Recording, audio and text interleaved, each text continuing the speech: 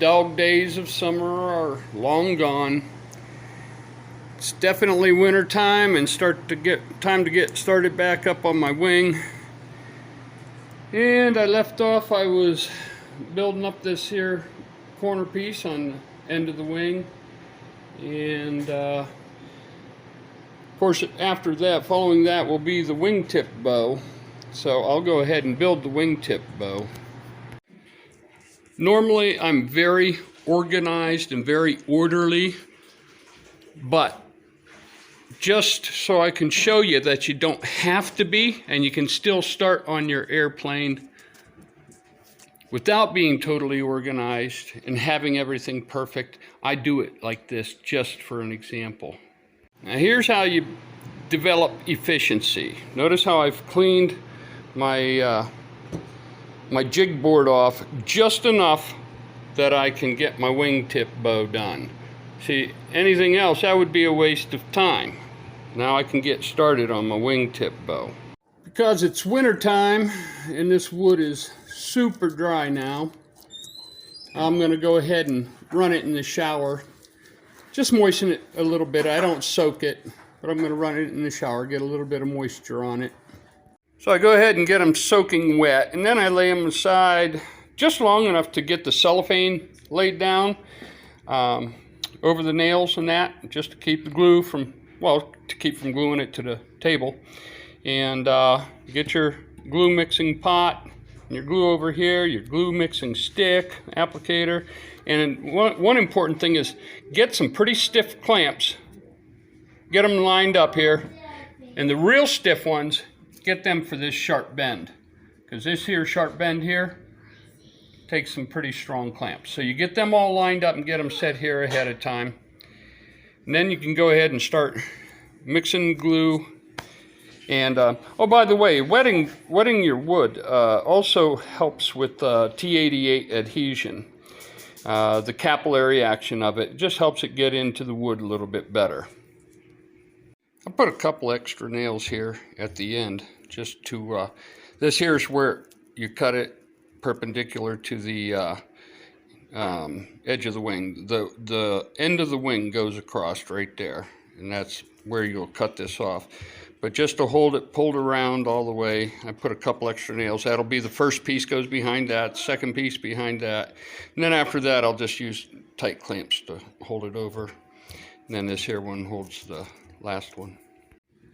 So I got the sharp bend, the first two pieces hooked around that.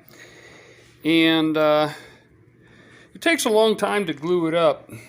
And make sure the glue is spread evenly over the entire length of both pieces. I start out with both pieces and make sure at least this first one is thorough. At least that's what I did this time. I've never done this the same 2 times in a row. The first wingtip bows that I made, I laid them down, and it might have been the best way I did it, maybe. We'll find out. But I laid it down and glued the first piece, and then subsequent pieces I would lay on top of what I just glued, and then glue that piece. And I left the glue on a little bit thicker. I didn't get a video of me gluing these pieces up, but I take my my applicator, and it's very flat, and I scrape it like I'm trying to get all of the glue off of it whenever I'm gluing on 2 pieces that I'm going to put together. And you can see that even acting like I'm trying to scrape all the glue off, you still have a bunch of glue coming up out of that joint. So try to spread your T88 as thin as you can. But the first time I did it, I just stacked them all up and then tried to force them in here. Well, that's a lot. 5 commercial white ash anyways. That's really difficult to do. With pine, I suppose it would be, well, far easier. But it's still going to be difficult to glue them all up, all 5 of them up, and then bend them, especially that sharp corner up there. And so anyways, the next time I did them, I glued them, laid them up there, glued the back side of it, laid it up there, and then glued the back side of this one, laid it up there, and put a clamp against it, glued the back side of this one, glued the back side of this one, laid it up there, and then, you know, removing my clamps one at a time and reclamping it. And that was a big hassle too, doing that. So this time I'm just doing one band at a time. I'm going to go ahead and let that dry. Because there's plenty of other stuff I can be doing. It's not like I have to hurry up and get my wingtip bow done. And I only need it to dry, with this dry air, warm, and it's fairly warm in here. We got the wood stove going, and it's blowing frequently, so probably 6 hours is more than enough for this to dry before putting the next piece on. So I'll possibly could get it done by later tonight. While we're waiting for the wingtip bow to dry, we'll go ahead and work on this here backside of the end of the wing where the wingtip bow attaches. And I'm going to put a little piece of rib cap on this here. Hopefully it doesn't, oh, it's split. That's okay. It's just to help hold the shape. It did split. Let's see. Yeah, I'll get a different piece. Now I got a piece of commercial white ash that's rib cap. So maybe it will be a little stronger. We'll see. I don't know. Maybe I need to make a wider slot in it. I'm having trouble getting it in there.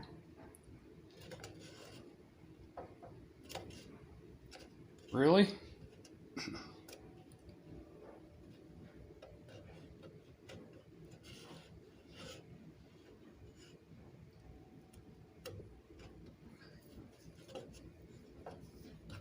Oh, come on.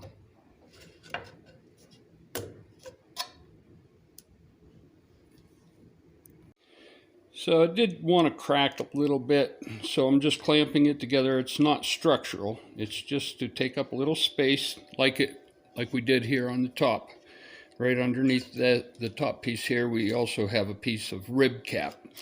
Anyway, so that's going to be shaped at an angle, coming up towards where the wingtip bow attaches. And right now I'll go get a piece of this 1 inch, well this is wider than 1 inch, but anyways, stiffener. Maybe the other one's 1 inch wide. Anyways, I'm going to get the stiffener and I'll shape the one edge of it to bring it up and I'll just sit here fitting it and trying to get it to blend to this here end here, compound angle.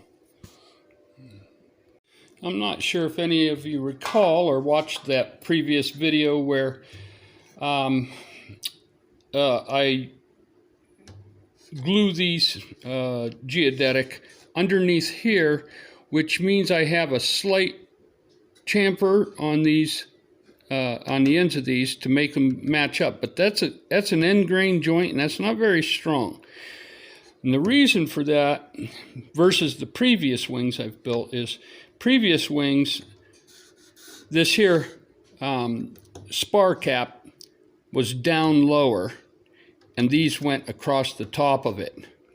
Now the print shows these coming straight across like it is right here, even with the top of the front of the spar, the aileron spar.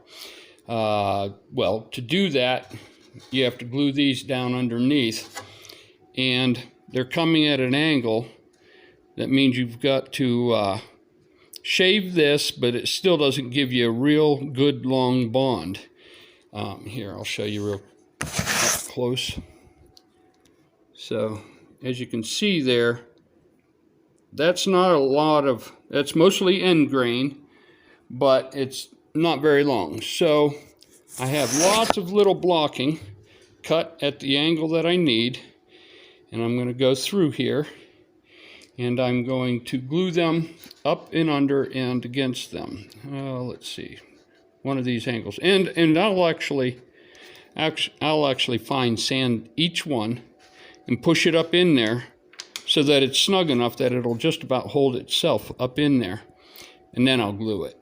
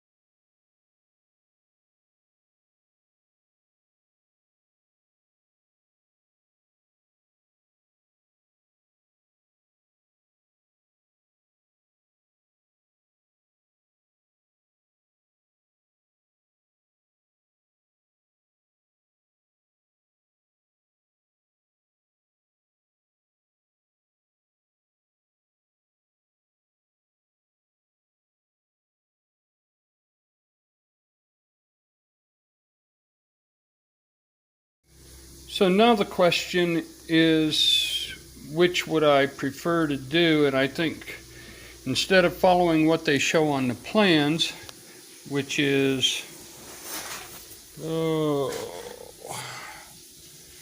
right there, instead of showing that, or doing that, where the spar cap is right up even with the top, I'll lower it down. And then what you have to do is you have to fill this area in between here. Well, no, you don't, not on this, because you can leave the spar web up, okay? So that's not, but here, this needs filled in, but it does anyway. It'll need filled in anyway, right through here. And I put a little piece right there. And, this here, I don't believe I filled this area in. The geodetic glues on top of it, but then the spar web comes the full height, and I just leave it sticking up. Of course, on the back side of the spar, the rear spar, that there needs built up so that it so that the fabric comes down and doesn't tuck down in between the ribs. And since we've got to build this up, we don't really need a full width of geodetic going up here. We just need enough so that the fabric right at the edge doesn't pucker or drop down, you know, below where the rib is, because, you know, we cut this off. This is all going to be cut off right here. And here's your aileron, and this here's the rear right in front of the aileron. And so you need to build this area up, but it doesn't have to be thick or heavy. So right in the middle here, I'll probably put, maybe a 3-inch piece that spans a good portion of it. And then I'll just, and then a little piece right here so it doesn't drop down right in here. Just a little piece, and then another piece on top of it. Because this is a 1/4 inch, this is only 1/8 of an inch. And we need to bring this here space up 1/4 of an inch. Well, that's what I saved this really thin stuff for. It comes off the saw. It's 1/8 of an inch well, this is probably 1/8 by 1/8. So I'm not going to add hardly any weight to this at all. But I'm going to go ahead and build this up so that we'll just get 2 pieces of this for right here, or no, okay, there's your small piece for there, about a 3-inch piece, 4-inch piece, a little over that, 4.5-inch piece for right in there, another piece for over at this side, right there, And then I'll need a piece to go all the way across that whole height. There we go. Let's see if that fits in there. Snip a little off. There we go. And I won't even clamp this. I'll just, this glue is tacky enough, I should be able to just tack it right down on there.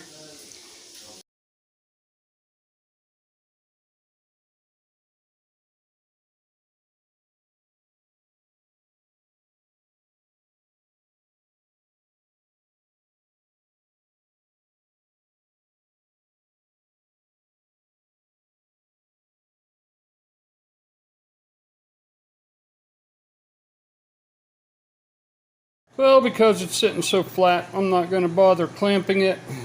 It's not even budging when you tap one end or the middle. It's just sitting nice and flat. So that's what the fabric will go over on the back side of the rear spar. And incidentally, that's one of the things they don't really show on the plans. It's just something you gotta figure out on your own, I guess. But and almost all your instructions are right there on the print itself.